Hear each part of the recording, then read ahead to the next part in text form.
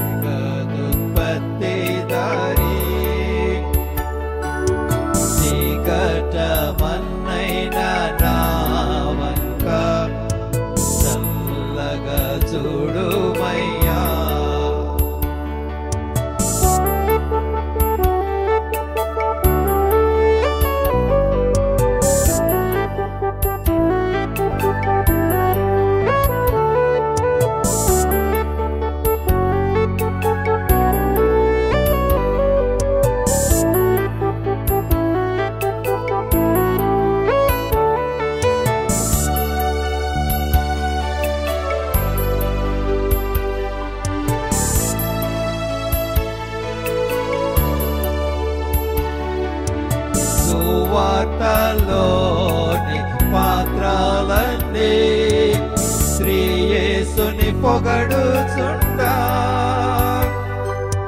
సాక్షిగా నుండు పాత్రగా చేసి సత్యముతో నింపుము తండ్రి. సువార్తలోని పాత్రలన్నీ యేసుని పొగడుచుండా,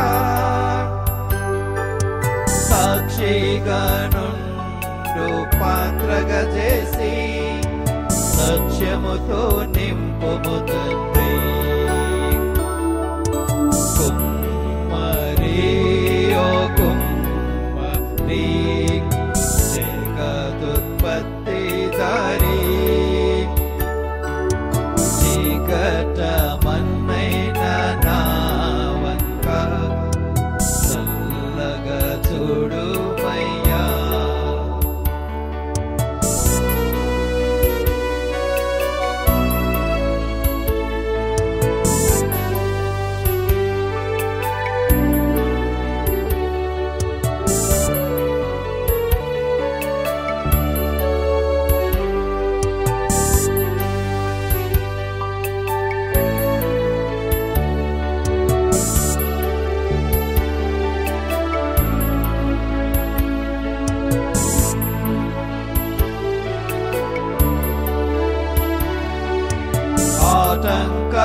శ్రమల నుండి తప్పించి నన్ను ఎల్లప్పుడు కావుమయ్యా. పగిలి ఉన్న పాత్రను నేను సరిచేసి వాడుమయ్యా. ఆటంకముల నుండి తప్పించి నన్ను ఎల్లప్పుడు కావుమయ్యా. పగిలి ఉన్న పాత్రను నేను సరిచేసి వాడుమయ్యా. కుమ్మరి ఓ కుమ్మరి జగదుత్పత్తి దారి నికటమన్నైన నా వంక చల్లగా చూడుమయ్యా. కుమ్మరి ఓ కుమ్మరి జగదుత్పత్తి దారి నికటమన్నైన నా వంక చల్లగా చూడుమయ్యా.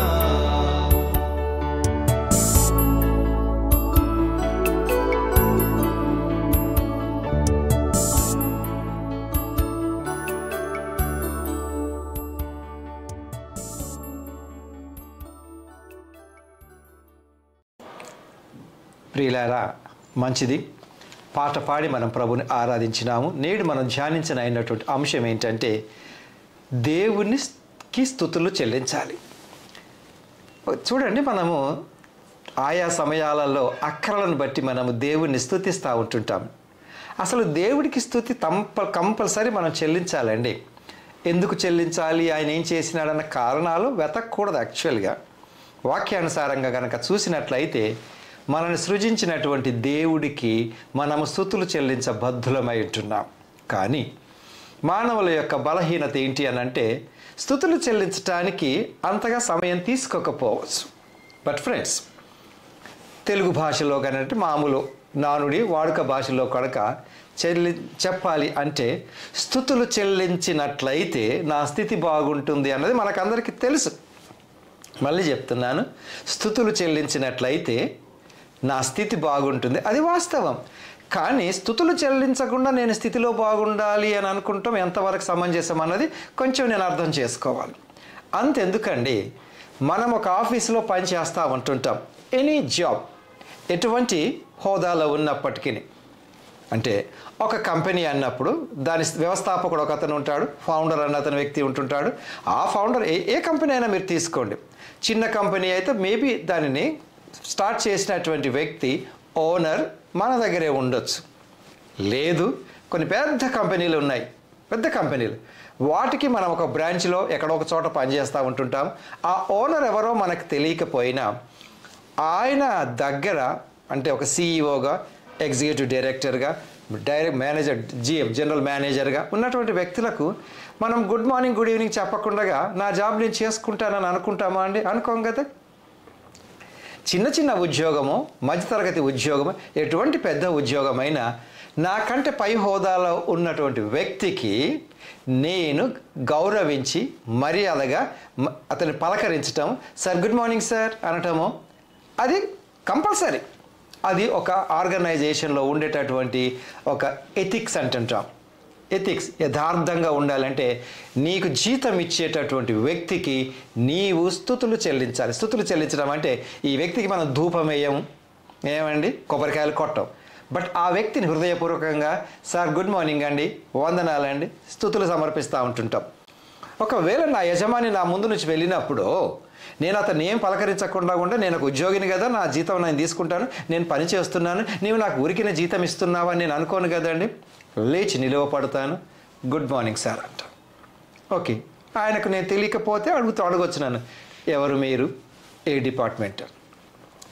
ఇంకా కొన్ని సందర్భాలలో కంపెనీ యజమాని బాస్ వచ్చినప్పుడు నన్ను నేను పరిచయం చేసుకోవటానికి కూడా చూస్తాను. సార్ నా పేరు పలానా డిపార్ట్మెంట్లో పనిచేస్తాను. ఎనీథింగ్, క్వాలిటీ కంట్రోల్ అయి ఉండొచ్చు, కస్టమ్ సర్వీస్ అయి ఉండొచ్చు, లేదా ఫ్లోర్ ఇన్ఛార్జ్ అయి ఉండొచ్చు, ప్రొడక్షన్ మేనేజర్ అయి ఉండొచ్చు, ఎనీథింగ్ చెప్తా ఉంటాడు. ఓ నైస్ మీరేనా అని చెప్పినాడు ఆయన అడుగుతాడు కదా. సిమిలర్లీ దేవుణ్ణి స్తుతించటానికి దేవుడికి నేను తెలియక కాదు, దేవుడికి నేను తెలుసు, ఆయనకు నేను స్తుతులు కంపల్సరీ చెల్లించాలి.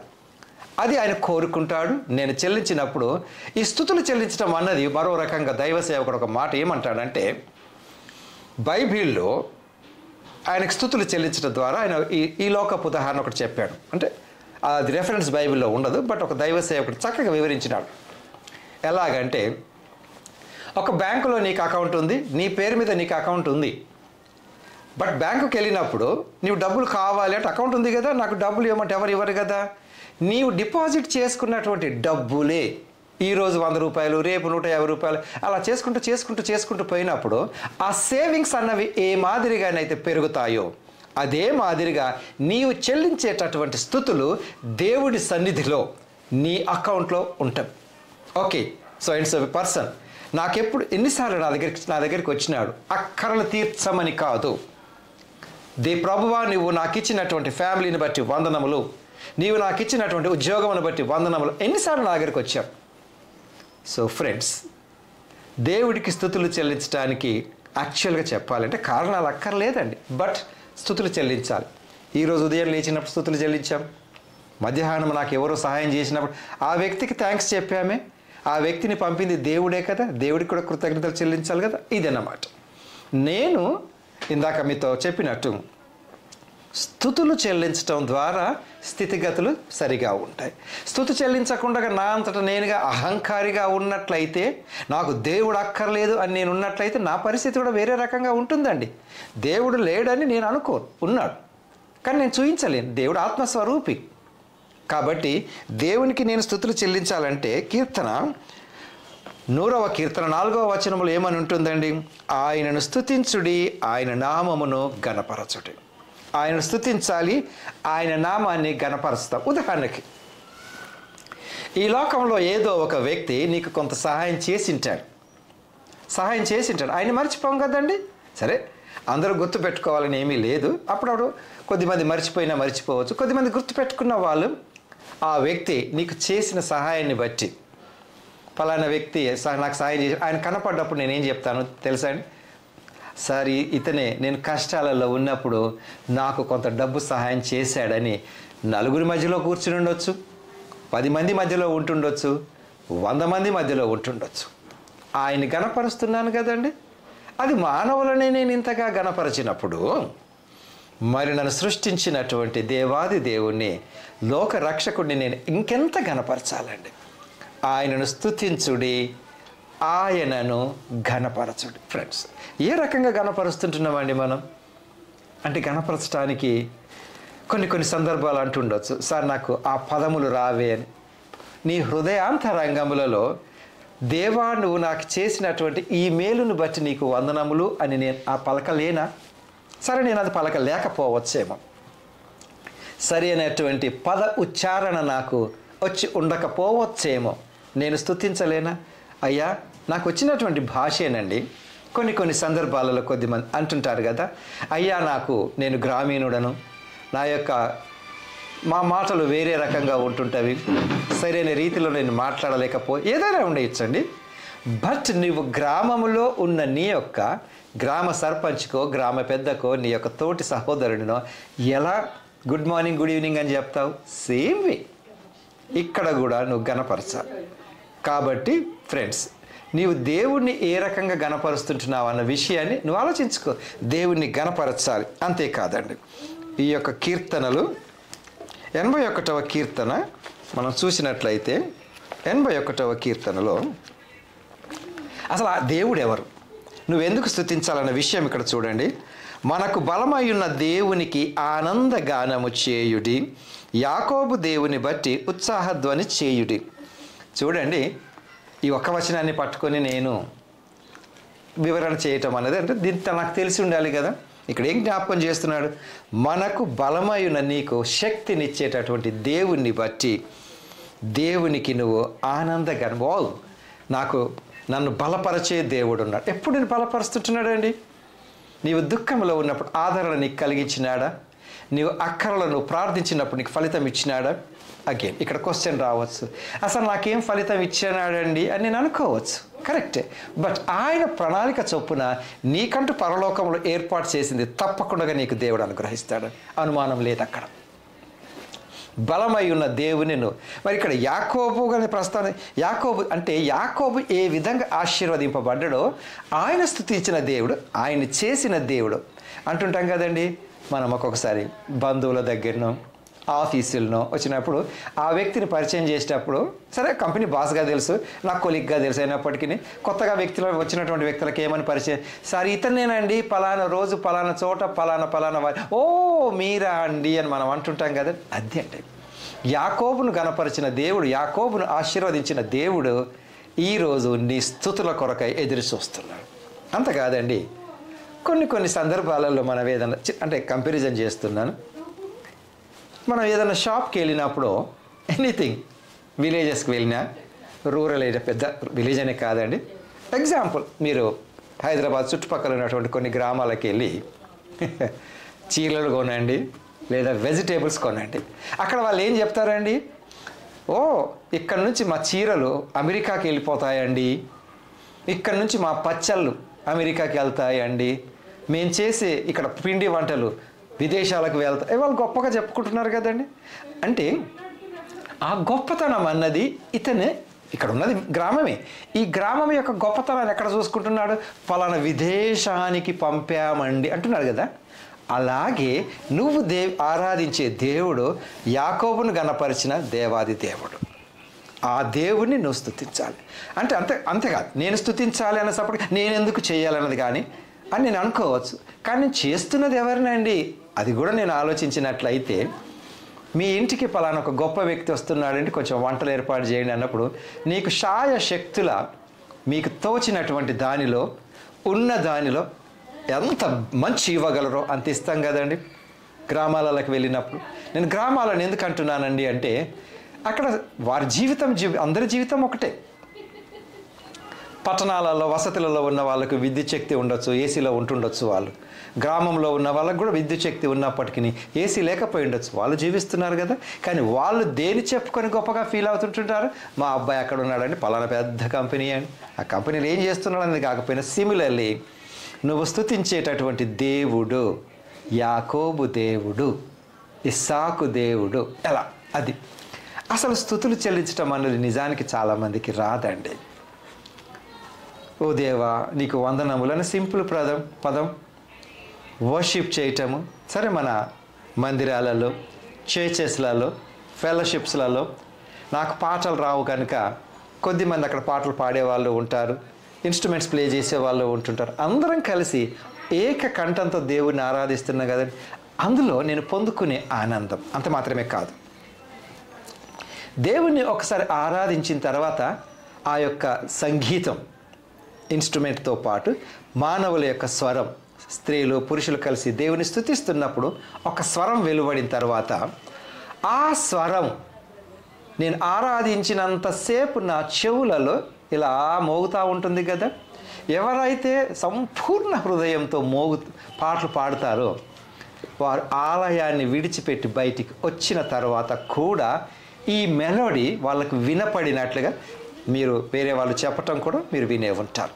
ఎంతసేపు అండి, కొద్దిమందికి అప్పుడే మర్చిపోతారు, వాళ్ళకి తెలియదు. అది కొద్దిమంది చర్చి నుంచి బయటకు వచ్చిన తర్వాత ఏదో ఒక సాంగ్ అక్కడ చాలా రిపీట్గా పాడి ఉంటుంటారు కదండి. వర్షిప్ చేయండి, స్తుతులు చెల్లించండి అని ఏదో పాడి ఉంటారు కదా. వర్తమానం అయిపోయి ఇంటికి వచ్చిన తర్వాత కూడా కొద్దిమందికి ఆ రోజంతా అదే పాట నోటిలో వెలువడుతుంది కదా, నోటి నుంచి బయటకు వస్తుంది కదా. అది దేవుని ఆరాధించేటప్పుడు అలా నువ్వు నిమగ్నమై ఉండటం అన్నది. అంతేకాదు స్వరమండలమును మనోహరమైన సితారాను వాయించుడి, అమావాస్య నాడు కొమ్ము ఊదుడి. ఏమండి 2వ వచనంలో కీర్తన ఎత్తుడి, గిలక తప్పెట పట్టుకొనిడి, స్వరమండలమును మనోహరమైన సితార వాయించుడి. గిలక తప్పెట ఇది అసలు ఇప్పుడు చూసి ఉండర్లేని గిలక తప్పెట అంటే ఒక రకంగా చెప్పాలంటే నాట్ ఎగ్జాక్ట్లీ ఈ కంజర అంటుంటాం, చిన్న షేప్లో ఉంటుంది, మేబీ 6 ఇంచెస్ 8 ఇంచెస్ 10 ఇంచెస్ ఈ యొక్క సైజులో రౌండ్గా ఉండి దానికి చుట్టూ మనకి గల్గల్ అనేటటువంటి ఆ యొక్క శబ్దాన్ని ఇచ్చేటటువంటి ఉంటుంది. అలా కాకుండా ఇదే ఒకటే గిలక తప్పెట అంటే చిన్నగా అదే సైజులో ఉంటుంది.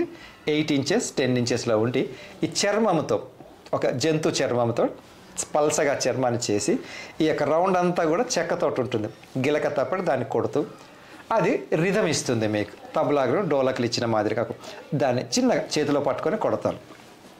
గిలక తప్పెట అంటే నువ్వు పాడేటటువంటి స్వరానికి జస్ట్ ఏదో నేను పాడుకున్నానండి అలా కాదు, దానికి ఒక గిలక తప్పెట ఒక రిధం ఇస్తుంది.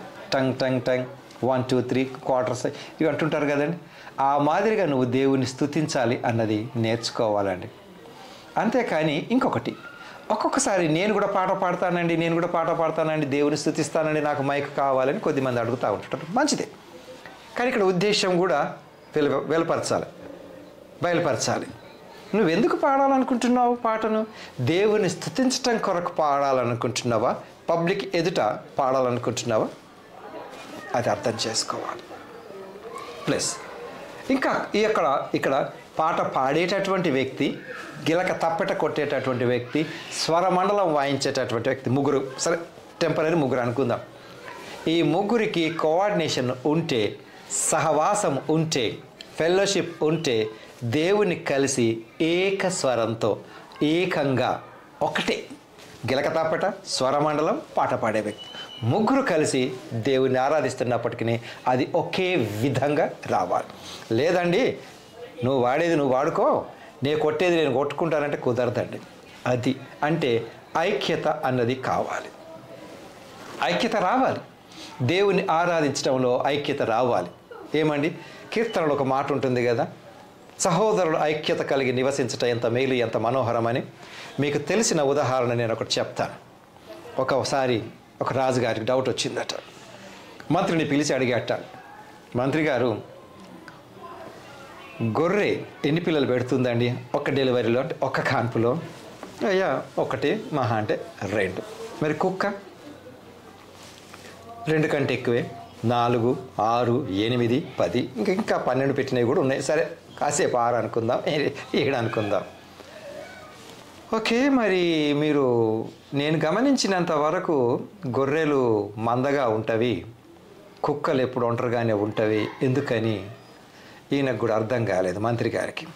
నాకు కొంత సమయం ఇవ్వండి, నేను కనుక్కొని చెప్తా అన్నట్టు. సరే, మంత్రి ఈ పరిశోధనలు బయటికి వెళ్ళాడు. బయటికి వెళ్ళి ఏం చేసినాడు, ఒక 20 వేరు గ్రామాల నుంచి కుక్కల్ని పట్టుకొచ్చాడు. వేరు గ్రామాలు కుక్కల్ని. అదే రకంగా 20 వేరు గ్రామాల నుంచి గొర్రెల్ని తెచ్చినాడు. 2 ఒక గదిలో గొర్రెలు, ఒక గదిలో కుక్కలు, అంటే వీటికి వాటి సంబంధం లేదు. గొర్రెలకు మంచి గడ్డి వేసాడు, ఒక బుట్టలో ఫ్రెష్గా గడ్డి పెట్టి గదికి తాళం వేసినాడు. ఒకరోజు రాత్రి అంటే సాయంకాలం ఏదో అనుకోండి, కొంత సమయం తర్వాత ఇటువైపు 20 కుక్కల్ని పెట్టాడు. వారికి మంచి ఫ్రెష్ మటన్ తీసుకొచ్చి అక్కడ పెట్టినాడు, అదొక బాస్కెట్లో. రాత్రి గడిచింది. మరుసటి దినం ఉదయం వచ్చి కుక్కల డోర్ తీసినాడు. వాటికి పెట్టిన మటన్ అలాగే ఉండిపోయింది ఫ్రెష్గా. ఏంటబ్బా ఇది మటన్ అలాగే ఉండిపోయిందని కుక్కలు ఏమైనా కుక్కల్ని చూస్తే కుక్కలన్నీ ఒకదానిని ఒకటి కరుచుకొని చచ్చిపోయాయి. అయ్యో, ఇటు పక్కకు వచ్చి ఇవేమైందో అని చూసి మహారాజు గారు వచ్చి గొర్రెల డోర్ తీసేసరికి గొర్రెలన్నీ ఫ్రెష్గా మొత్తగా నిద్రపోయినాయి, గడ్డి అయిపోయింది. గొర్రెలలో ఉన్న ఐక్యత కుక్కలలో లేదు. కుక్కలు మరొక కుక్కను తినేయలేదు, అవి తినలేదు.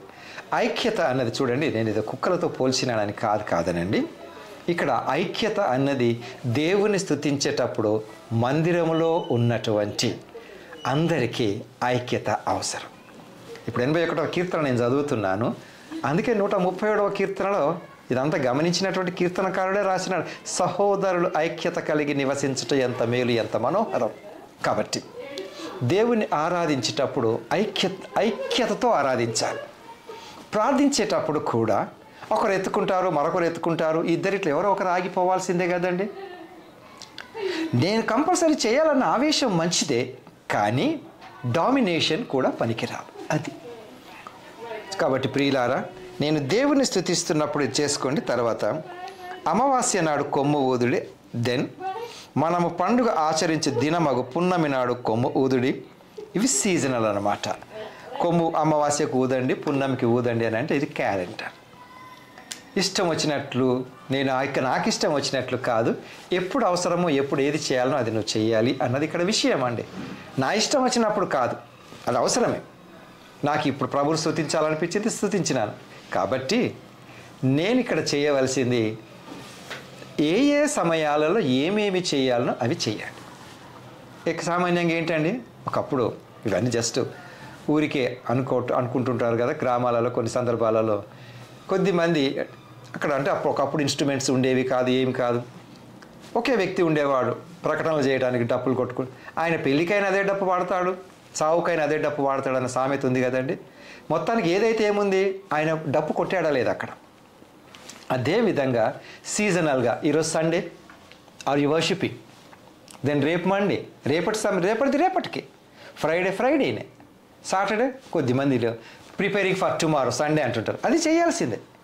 ఏది ఏమైనా ఆయా సీజన్స్ను బట్టి నువ్వు దేవుణ్ణి ఎలా స్తుతించాలో నేర్చుకోవాలి. ఏమండి, wedding worship different, then thanksgiving different, birthday different. ఆయా సమయాల్లో దేవుణ్ణి ఆరాధించేటప్పుడు కూడా ఎప్పుడు ఏ పాట పాడాలి, అంతే కదండి. మనం కూడా దేవుని ఆరాధిస్తున్నప్పుడు ఆయా సీజనల్గా దేవుని ఆరాధించాలని మనం నేర్చుకోవాలి. తర్వాత 4వ వచనం, అది ఇశ్రాయేలీయులకు కట్టడ, యాకోబు దేవుడు నిర్ణయించిన చట్టం. ఇట్ ఈస్ ఎ లా. ఆయన ఐగుప్తు దేశ సంచారము చేసినప్పుడు యోసేపు సంతతికి సాక్ష్యముగా దానిని నియమించెను.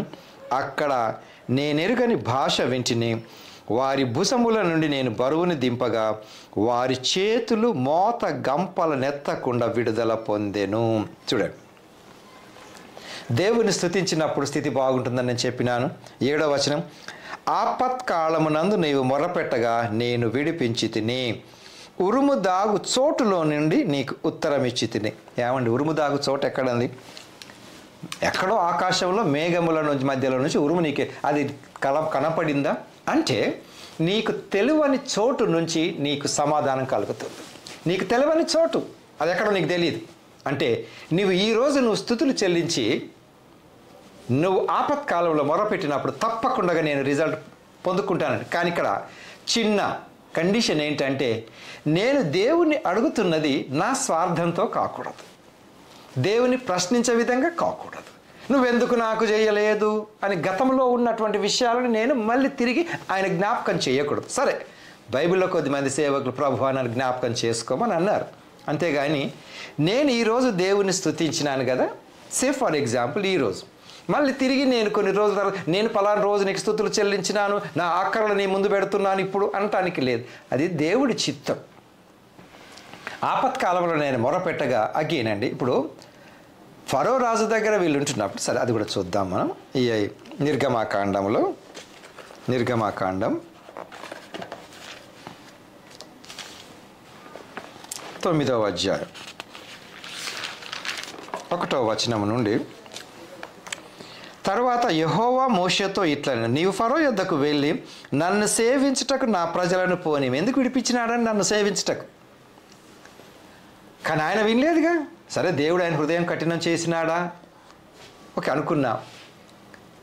వీళ్ళు స్తుతులు చెల్లించడానికి ఆయన పోనివ్వలేదు. ఇందులో ఏమైందండి, మోషే వాళ్ళు క్లియర్గా చెప్తాడు, నీవే గనక ఇది చెయ్యని పక్షంలో నీకు ఇది జరుగుతుంది అన్నాడు. కానీ ఫరో వినలేదు కదా. ఏమైంది చూడండి, ఇక్కడ 6వ వచనం చూస్తున్నా నేను.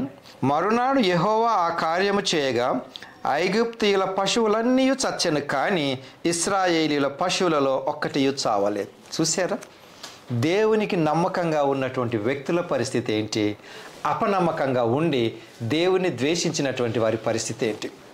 బట్ ఫ్రెండ్స్, ఒక్కొక్కసారి కొన్ని సందర్భాలలో మన జీవితంలో ఒడుదొడుకులను బట్టి, నేను జీవిస్తున్న విధానాన్ని బట్టి నాకు అనిపిస్తుండొచ్చు, నేను దేవుడికి ఎంత నమ్మకంగా ఉన్నాను, నాకెందుకు ఇలా జరుగుతుంది. దేవుడిని దూషించినటువంటి వాళ్ళు సరే ఎవరైనా పర్వాలేదు, వాళ్ళు ఎందుకండి అంత సుఖంగా ఉన్నారు అని నేను అనుకుంటే అవకాశాలు కూడా ఉంటుండొచ్చు. బట్ యోబు ఆ విషయంలో ఒక మాట అంటాడు, యెహోవా కొరకు కేవలము సుఖమేనా, కష్టం అనుభవించలేమని. అలాగని కష్టాలు కొని తెచ్చుకోమని కాదు. ఈరోజు కాకపోయినా రేపో ఎల్లుండో తప్పకుండా నీ యొక్క ఈ స్తుతులు తిరిగి నీకు ఆశీర్వాదాల రూపకంగా వస్తాయనే దైవ సేవకుల యొక్క అభిప్రాయాలు, అనుభవాలు కూడా. కొద్దిమందిని చూసినట్లయితే ప్రభువు కొరకు కష్టాలు అనుభవించిన వాళ్ళు ఉన్నారు. కానీ ఈరోజు వారి యొక్క నామము ఎంతగా గొప్పగా గణపరచబడుతుందో కదా. అది కాదా అండి? శారీరకమైన సుఖము అశాశ్వతమైనది. కానీ మానసికంగా నేను శాంతి, సమాధానం, నెమ్మది పొందుకోవాలంటున్నది కూడా దేవుడిచ్చినటువంటి ఒక ఘనతేనండి, గొప్పతనమే. కాబట్టి ప్రియులారా, దేవుని స్తుతించటంలో వెనుకంజ వేయకూడదండి. ఎలా చేయగలమండి? పాటలు పాడతారు, స్తుతి ప్రార్థన చేస్తాము, అంతరంగంలో ప్రార్థన ఉంటుంది, సామూహికంగా ఉంటుంది. ఆయా సందర్భాలను బట్టి స్తుతులు చెల్లించాలి. చూడండి, మనకు జస్ట్ విషింగ్ ఒకప్పుడు ఇవన్నీ లేవనుకోండి, సరే నెట్వర్క్ పెరగటం మూలనం, లేకుంటే కొన్ని రకమైనటువంటి ఈ యొక్క మెటీరియల్స్ ద్వారా బ్యాంక్ డేట్ ఆఫ్ బర్త్ మనం బ్యాంకులో ఇస్తుంటుంటాము, ఆఫీస్లో ఉంటుంది. వాళ్ళు మనకు ఫోన్ చేసి, సార్ మీరు బర్త్డే కదా ఈరోజు, విషెస్ చెప్తారు కదండి. బట్ ఆ రోజు కొద్దిమంది, సరే అది నిజమా వాస్తవం ఆ డేట్ అనేది డిపెండ్స్, చేసిన రోజు వీ ఫీల్ హ్యాపీ, ఫ్లెక్సీలు కడతా ఉంటుంటారు ఆ యొక్క వ్యక్తి స్టేటస్ని బట్టి. బట్ నన్ను ఈ లోకంలో జన్మింప చేసినటువంటి దేవుడికి నేను ఇంకెంత కృతజ్ఞత కలిగి స్తుతులు చెల్లించాలో నేను నేర్చుకోవాలని. I feel happy. ఈ లోకంలో ఉన్నటువంటి అన్న birthday, happy birthday, this thing, that thing, ఆర్భాటం అట్టాసం. బట్ ఫ్రెండ్స్, ఎనీథింగ్, బర్త్డే అయింటుండొచ్చు, వెడ్డింగ్ యానివర్సరీ అయింటుండొచ్చు, జాబ్ డిస్క్రిప్షన్ అయింటుండొచ్చు, ఆర్ ఎనీథింగ్, దేవునికి నువ్వు స్తుతులు చెల్లించకుండా దయచేసి వెనుకంజ వేయకూడదు. దేవునికి వెనుకంజ వేయకూడదండి. స్తుతులు అన్నవి నీ హృదయపూర్వకంగా, ఎనీథింగ్. మనం ఈ లోకంలో ఒక వ్యక్తికి థ్యాంక్స్ చెప్తూ ఉంటుంటాం కదా, దేవుడికి అనునిత్యం ఎన్ని సందర్భాలు, ఏ ఏ సమయాలు అన్నది పక్కకు పెడితే, అంటే సీజనల్గా ప్రతిదినం కూడా ఉదయం లేవగానే స్తుతులు చెల్లించకుండా పడకపై నుంచి కాలు కింద పెట్టకూడదన్నది దైవ సేవకుల అభిప్రాయం, అనుభవం. రెండవది, దినమంతా కాపాడిన పరమ తండ్రికి పరుండిపోయే ముందు కీర్తనలు అంటారు కదా, నా ఆత్మను నీ చేతికి అప్పగిస్తూ ఉంటున్నాను. అంటే ఏంటి? ఇంత కాపాడినావు, ప్రయాణంలో కాపాడావు, ఆహారం ఇచ్చినావు, ఆనందింప చేయగలిగినటువంటి మనస్సునిచ్చినావు, ఫ్రెండ్స్ని ఇచ్చినావు. ఈరోజంతా కూడా నేను హ్యాపీగా ఉన్నాను. పరుండబోయే ముందు ప్రభువా, నువ్వు నాకు ఇచ్చినటువంటి ఈ కృప కొరకై నీకు వందనాలు, స్తుతులు చెల్లించి పడుకోవటం అన్నది మనం నేర్చుకోవాలి. ఫ్రెండ్స్, ఇంతవరకు దేవుడికి స్తుతులు చెల్లించే ఇది ఇంత మాత్రమే కాదండి, అనేకమైనటువంటి మార్గముల ద్వారా దేవుణ్ణి మనం స్తుతించవచ్చు. కాబట్టి దేవుని స్తుతిస్తూ, ఆరాధిస్తూ, ఆయనను నామాన్ని మహిమపరుస్తూ, ఘనపరుస్తూ జీవించే కృప దేవుడు మనకు దయచేయను గాక. ఆమెన్. ప్రార్థించుకుందాం. ప్రేమ కనికరం కలిగిన ప్రియ పరలోకపు తండ్రి, ఇంతవరకు మీరు మమ్మల్ని కాచి కాపాడిన విధానమును బట్టి మీకు వందనము చెల్లిస్తుంటున్నాం. కల్వరి శిలువ పైన మీరు కార్చిన రక్తమును బట్టి మీకు వందనములు. ఈ లోకంలో మీరు మాకు ఇచ్చినటువంటి ప్రతి విధమైనటువంటి ఈవులను బట్టి మీకు వందనములు. కుటుంబమును బట్టి, సంఘమును బట్టి, సమాజమును బట్టి, మాకు ఇస్తున్న ప్రతి ఆరోగ్యమును బట్టి ప్రభువా మీకు వందనాలు చెల్లిస్తూ ఉంటాం. అంత మాత్రమే కాదు, నిత్య రాజ్యంలో మేము నివసించడానికి మీరు మాకు ఇచ్చిన రక్షణను బట్టి, అబ్బా తండ్రి అని మిమ్మల్ని పిలవడానికి ఇచ్చిన యోగ్యతను బట్టి మీకు వందనాలు చెల్లించుకుంటూ, వాక్యం విన్న ప్రతి ఒక్క బిడ్డ హృదయంలో కూడా మీకు స్తుతులు చెల్లించి వారు పొందుకునే ఆశీర్వాదం అనుభవించే కృప దయచేయండి. అంత మాత్రమే కాదు, మరొకసారి మా జీవితంలో చేసిన ప్రతి మేలును జ్ఞాపకం చేసుకుంటూ మీకు స్తుతులు సమర్పిస్తూ తిరిగి మేము కలుసుకున్న పర్యంతం ప్రభువా మీ కృప ద్వారా మమ్మల్ని భద్రపరచమని, మాకు కావలసినటువంటి రక్షణ సమాధానం అనుగ్రహించమని యేసు నామములో వేడుకుంటున్నాను తండ్రి. ఆమెన్. మంచిది ప్రియులారా, తిరిగి కలుసుకున్న పర్యంతం ప్రభు కృప మనకు తోడైండును గాక. ఆమెన్.